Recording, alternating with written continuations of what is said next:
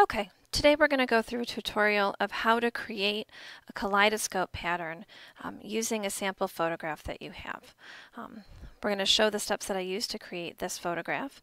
I want you to notice the patterns that are happening here in the center, the blue and the white. This is what that same design looks like without that editing. So you can see that those embellishments really do make a big difference. Here are a couple other samples. That's one that I did in class while we were first learning, and it started from this photograph and this triangle that we're using. So let's begin. We're going to start by opening the template file that is available in the graphics folder. You'll notice that I have provided for you a pentagon, and I've also drawn a triangle. You can see both of those over here in the layers. I also have a guideline in the center so that you can help align things. For the record, we accomplished both of those shapes by using the shape tool and the polygon tool here. And up here at the top you can decide how many sides you'd like. So if you want 6 for a pentagon or 3 for a triangle. So, but I already have ours, so we're going to toss that. Okay. So taking this template, we're just going to move over to this file that I've already started. Okay, so same pentagon background, same triangle template. The difference is now I have added or created this image here that we're going to use as our sample. Okay, so in order to get this layer here, I went to File and Place, and then you just need to choose a picture that works for you. So, oh, nope, not there, sorry. So any picture will do. You just need to find something. So great, we'll just grab that. Okay. You'll notice when it comes in, it's not going to be at all the right size. So we'll need to take a second and resize that. Okay. So we could use this inch. So see, it comes in here as a separate layer. It's giving me the option right now to resize. So I would do that and get it roughly proportioned to where I want it to be. Okay, so then push enter. Only the portion that's going to be under that blue triangle is going to be the part that we need. Okay. The other thing that you're going to need to do at one point or another in this process is you're going to need to rasterize this image. Right now it's coming in as a smart object. So to fix that, we go to Layer, Rasterize, Smart Object. Okay. And now that's going to create a regular JPEG image like anything else. Okay. So I'm actually going to delete that and we're going to continue on with the one that I have. So I've already resized this, placed it in the triangle in the area that I want it to be. Okay. What I have not done yet is create any kind of embellishment. Okay. So we could do that in any number of ways. I could use just a brush and click up here at the top to the brush options. There are a whole pile of sample textures and brushes that you could use, different textures. Okay, so any of these are appropriate. So I could just literally paint with white right on top here. Okay. You want to pay in particular attention to the corners of the triangle. And if you notice too, right now I'm actually drawing right on top of my image. I'm not sure that's a hot idea. I think it makes more sense to have this entire conversation here on a second layer that gives you the opportunity to delete or change things. Okay, so you definitely want to have stuff here on the corners. You also want to pay attention to the edges. This is where your pattern is going to line up with the other edges. And so having things here is going to be good. I'd like to show you as well some other things in your arsenal here. So your shape tool down here on the bottom of the toolbar, there's a custom shape tool. And if you come up here onto the top menu bar, it's going to show you the shape that's already chosen. So in this case, this is the one that I had used last. This little cog, though, will show you a whole variety of custom shape options. So I can replace with any of these. And so that's actually textures is where I was at. I could go ahead and pick something different. So there's the grime one. Okay. And you can take any of these. And then you're probably going to want to hold shift so that when you draw it, it comes out as the actual shape and the size that it's supposed to be. It's not distorted. You'll notice up here there's a fill and a stroke. So you can change the color that's happening here If I wanted that to be a different color, I could do that. Okay. Again, this is coming in as a smart object. It's a shape.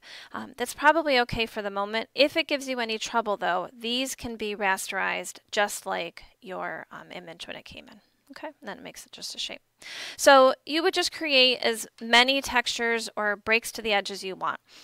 If you wanted to make multiples of these, a shortcut is to hold the Alt key. You need to be up here on the arrow. Okay, hold Alt, and then you can drag more than one. Okay, if I wanted to resize that, I could free transform. Don't forget to hold Shift if you want to preserve the same thickness, or the not same thickness, the same proportions, and you can rotate in the same manner right here. Push Enter to make that happen. Alt again will make a second one. Okay, so I could continue to do more there. Once you've done one of these, you'll have an idea kind of how this is working, and you'll have an opportunity to play and experiment some more. Okay. At this point, I'm going to take all of these different pieces that I've made and I'm going to merge them all together. It's going to make the next part of cutting those out easier. So in my layer palette, I'm going to hold Shift, select from the top shape all the way to the bottom. Notice I'm not grabbing the blue triangle. That I want to leave alone. We're going to need that in a second to cut this out. So I have my original image and I have all of the shapes and drawings that I've just done. Up here on the top right, I'm going to merge those layers. That's going to create all of this together. Just a note of caution, if you, like I did on my very first one, have a whole bunch of shapes that you've made, you may want to do that in stages and merge a couple at a time. I think I tried to merge something like 20, which might have been a little excessive, and it took quite a little bit of time. So now my entire image here is all together. Notice that's for real what it looks like. Okay. One thing that I did do on mine that I really did like was I used the burn and the dodge tool to darken some of the area and then lighten another. Don't forget they have the opportunity to also play with midtones and highlights.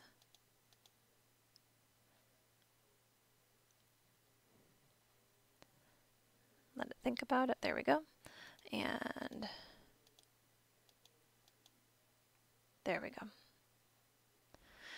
Having that value difference is definitely an interesting change. So there's what it looks like now that I've darkened and lightened as opposed to before. That was definitely a lot flatter. Okay, so not necessary, but I think that you'll like what this looks like when you're all said and done. So I'm going to take my polygon, I'm going to put that triangle back on, okay, and I'm going to select that layer, okay. I'm going to use my magic wand now. What I want to do is create a selection of everything but the triangle. So if I just click anywhere else, you'll see I have a selection there, and if I zoom out, you'll see that I have marching ants everywhere else, okay. So now what I've done is I've created a selection of this white space all here, everything except the triangle, and that's good.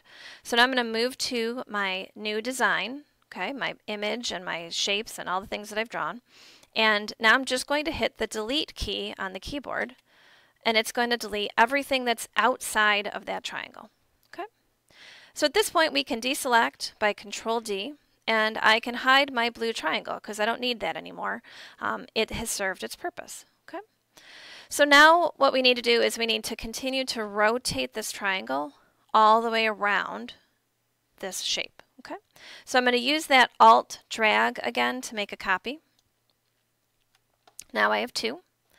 And I'm going to go to Image, and instead of choosing just Free Transform, I'm going to use Regular Transform, and I'm going to ask it to rotate. Okay, it's going to give me a box. It would give me the opportunity to rotate, but I want you to notice up here along the top, see this little symbol right here? I can actually tell it what degree I want to go. So if I wanted to go 60 degrees clockwise to put it right here, that would be the angle I need here. Or if I want to come to this part, I want -60. And it doesn't really matter. You just need to be consistent. Okay, so I'm going to go in this direction. I think I like how that pattern happens better, but it honestly doesn't matter. So I'm going to move that into place, okay, and then leave it alone. Now I'm going to drag another. I held Alt and made another drag, and I'm going to repeat that process. So I'm going to transform, rotate. I'm going to choose -60 degrees, which is the angle that I need, and I'm going to plop it in place. Push enter. Okay. Do be mindful. You want to make sure that those are really touching each other. Okay. Otherwise, gaps will make a big difference there. Alt and drag a copy.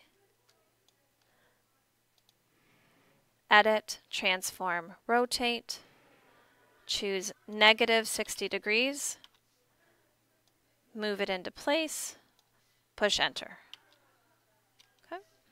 And I just need to do 2 more. So edit, transform, rotate, -60. We could have done it the other direction and just done 60. Would have just moving this backwards. Push enter. Okay, so 1 more.